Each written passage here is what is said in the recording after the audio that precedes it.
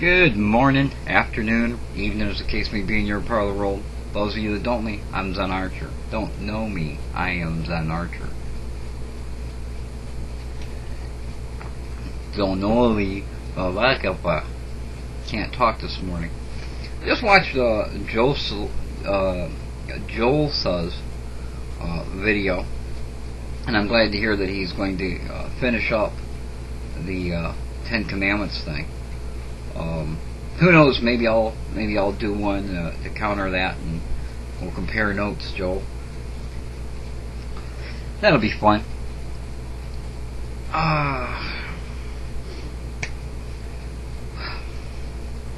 Second, about the Morbek thing and the commercialization, the individual commercialization of people out here on YouTube. I find it interesting that first of all, YouTube was created and put up by people who were involved with PayPal. They did this to make money. And, you know, if Joe Blow sitting in his bedroom or out on his lawn can put up videos the public find entertaining, and you know, he can make a buck off of it, I don't see why he shouldn't. The fact of the matter is, there's some very exciting things going on in my life right now. I'm not ready to tell you about them yet, but there's some very exciting things. I'll tell you that I'm currently working on a book. The title of the book, the current title of the book, is Imaginary Lies and Real Truths.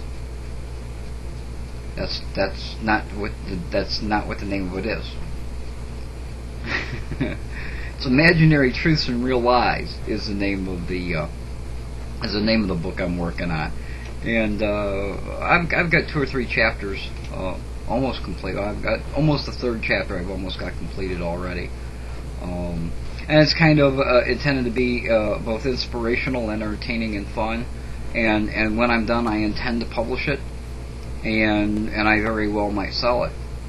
That doesn't mean that I sold out to the man, you know. And I want to talk about that a little bit. First of all, YouTube is a community, and that community has in it a lot of people with a lot of different agendas. My agenda is to make the world a better place. That's what I want to do, you know. We are the world, you know, whatever. That's what I want to do. I want to make the world a better place, because if I make the world a better place, it's a better place for me. Plain and simple. It's completely greedy in that way. Secondly, I watched a guy on television in a documentary. I don't remember exactly what it was. I think it was eagles, but so we'll go with that. It was eagles. All of his life, from the time he was a teenager, what he wanted to do was save, let's say, the bald eagle. And he gave up stuff, and he donated, and he went places, and he worked towards that cause.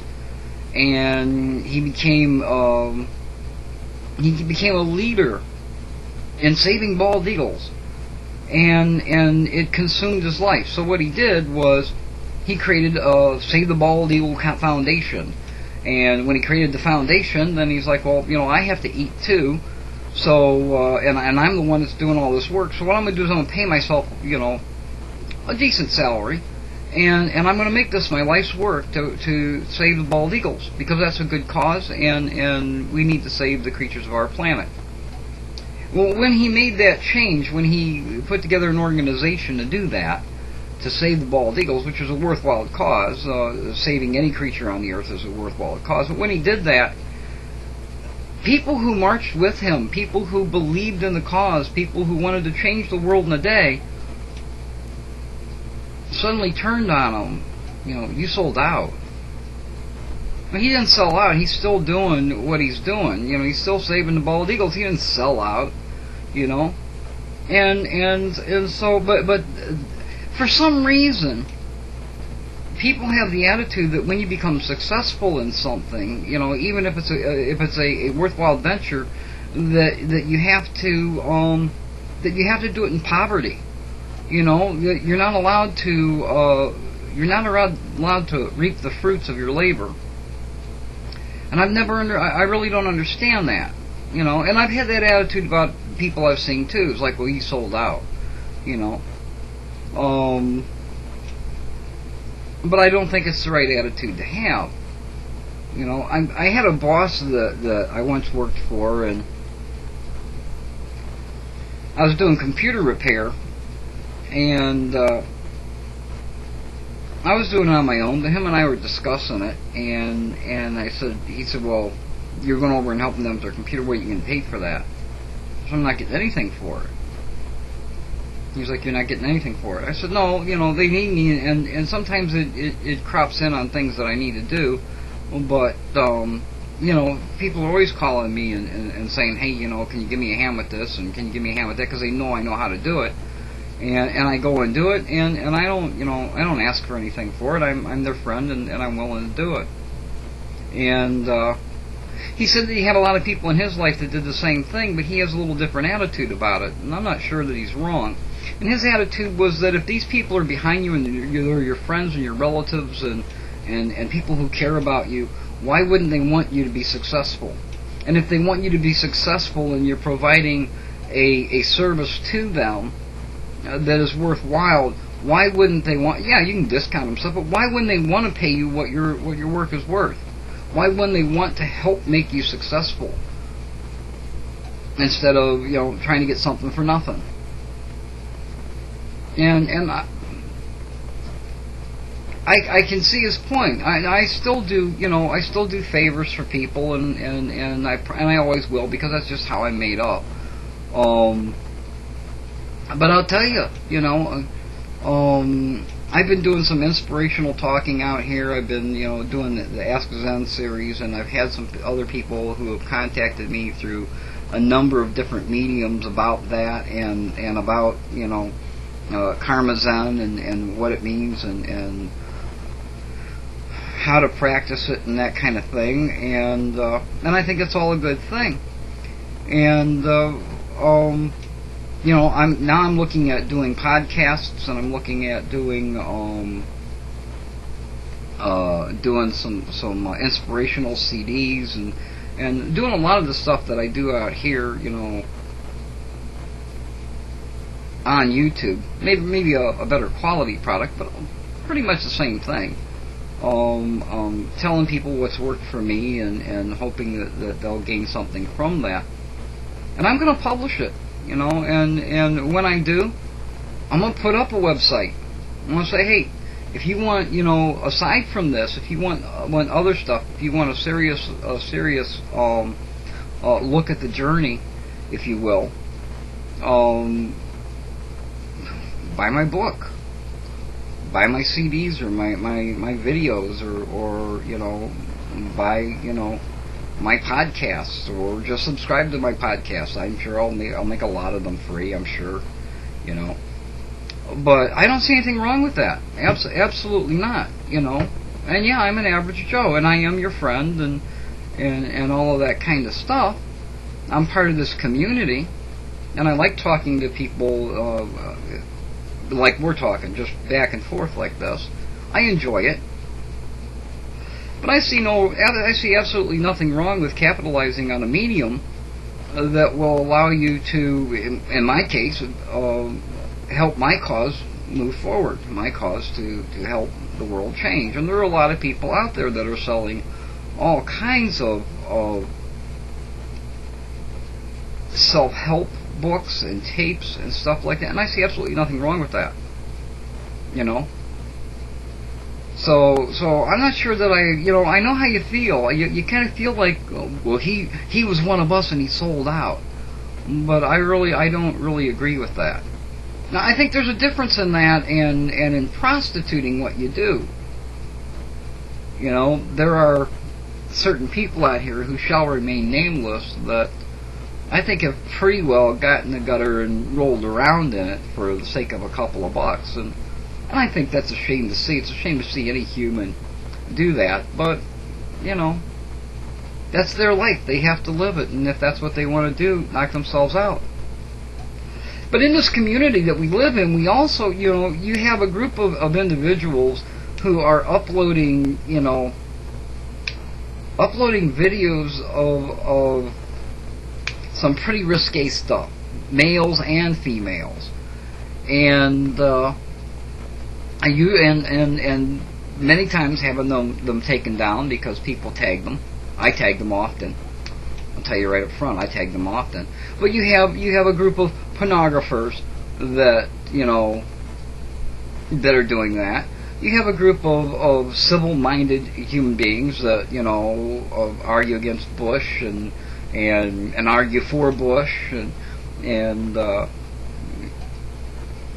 it is a community, but it's a full community, and it's a community with a lot of people that don't agree with one another, and that's okay too, because there's a divine order to it all, and everybody's doing what they should be doing right now, and that's okay. You know, the only thing that you can do is control your reaction to the things that come at you, and be an example for others when you can. And sometimes you'll just be a bad example. Sometimes somebody's life will be better because they don't want to be like you, and that's okay too. So it's kind of an interesting thing. I thought I'd speak on that. Another thing is we have our subscriptions back. Isn't that wonderful? I don't know if anybody else has run into this or not, but they put all of my subscriptions on one page. So when I go to my subscriptions, with this old computer that I've got, when I go to my subscriptions, it takes like 4 or 5 minutes for the page to come up, and usually Explorer tells me that it's not responding before they come up, because they put everything on one page instead of breaking it up the same way they do if you go and look at your subscribers. That's the way it should be. You get 10 or 20 per page, and the page loads faster. But, you know, I'm not going to look a gift horse in the mouth. At least I got my subscriptions back. I can see who's there, you know, that I've subscribed to. Because even though I'm subscribed, I don't often get to all the videos as they come in. Sometimes, some of you guys put up 6 videos at a time. You know, and if every one of you put up 6 videos at a time, I can be here the better part of a day trying to catch up on them. So what I do is I look at the ones that look the most interesting at any one time, not one person's, but I look at the ones that I find that immediately grab my attention. Then I'll go back later and I'll go to my subscriptions and I'll find the ones that I missed, and that seems to work out.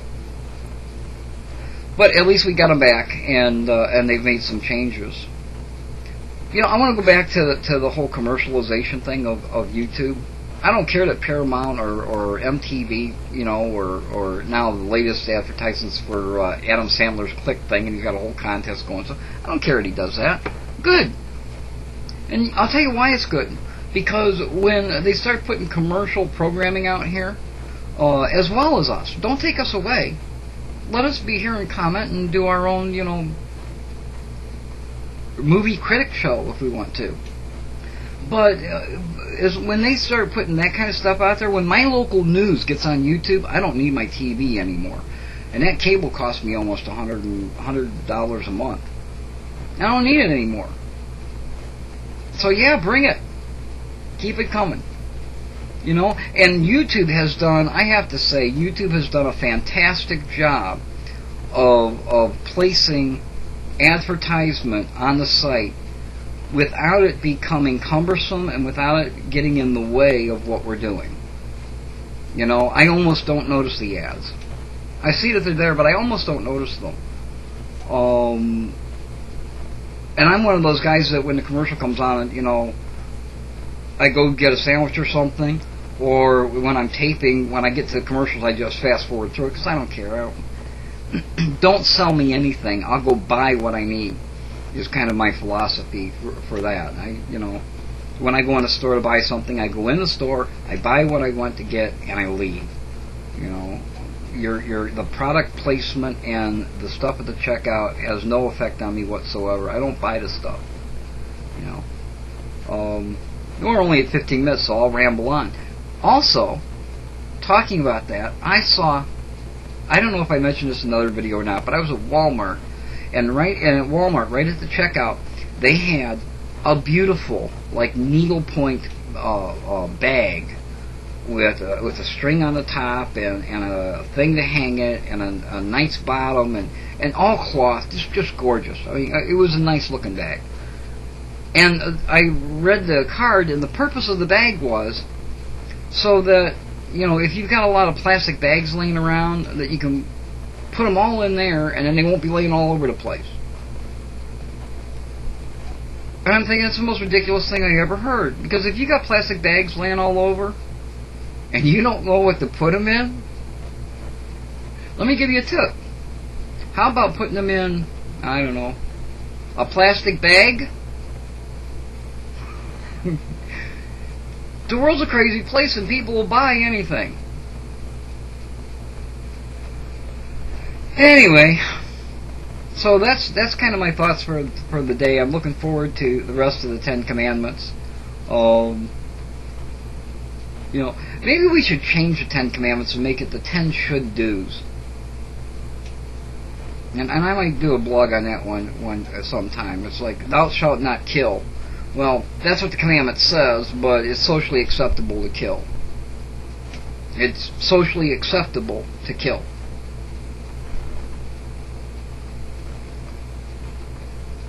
Thou shalt not steal, unless it's somebody who's got a lot of money. In that case, steal from them anyway. Should be the things you should do instead of the 10 Commandments.